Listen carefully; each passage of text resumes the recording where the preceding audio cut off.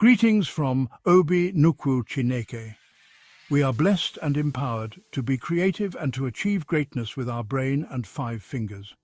This is why you need to embrace the power of wind, water and sand in your life. Feel the blessings around you.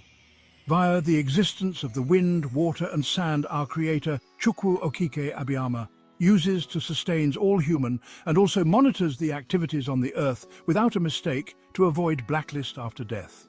We are truly safe and secured here on earth. Today is Orie, market day in Igbo land. May your day be fruitful as you go to the market or your workplace. May all your requests be granted. Ise, so shall it be.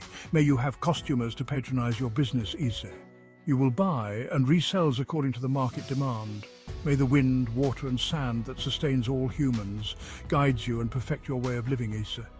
May the wind, water and sand that monitors all the activities of every humans fight your battles, both spiritual and physical, and grant you victory always, Ise.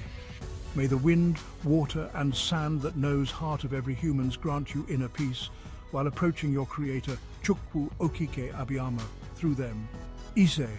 May the wind, water and sand that knows all the good things that's suitable with humans' life always grant you good things as a daily gift, Ise.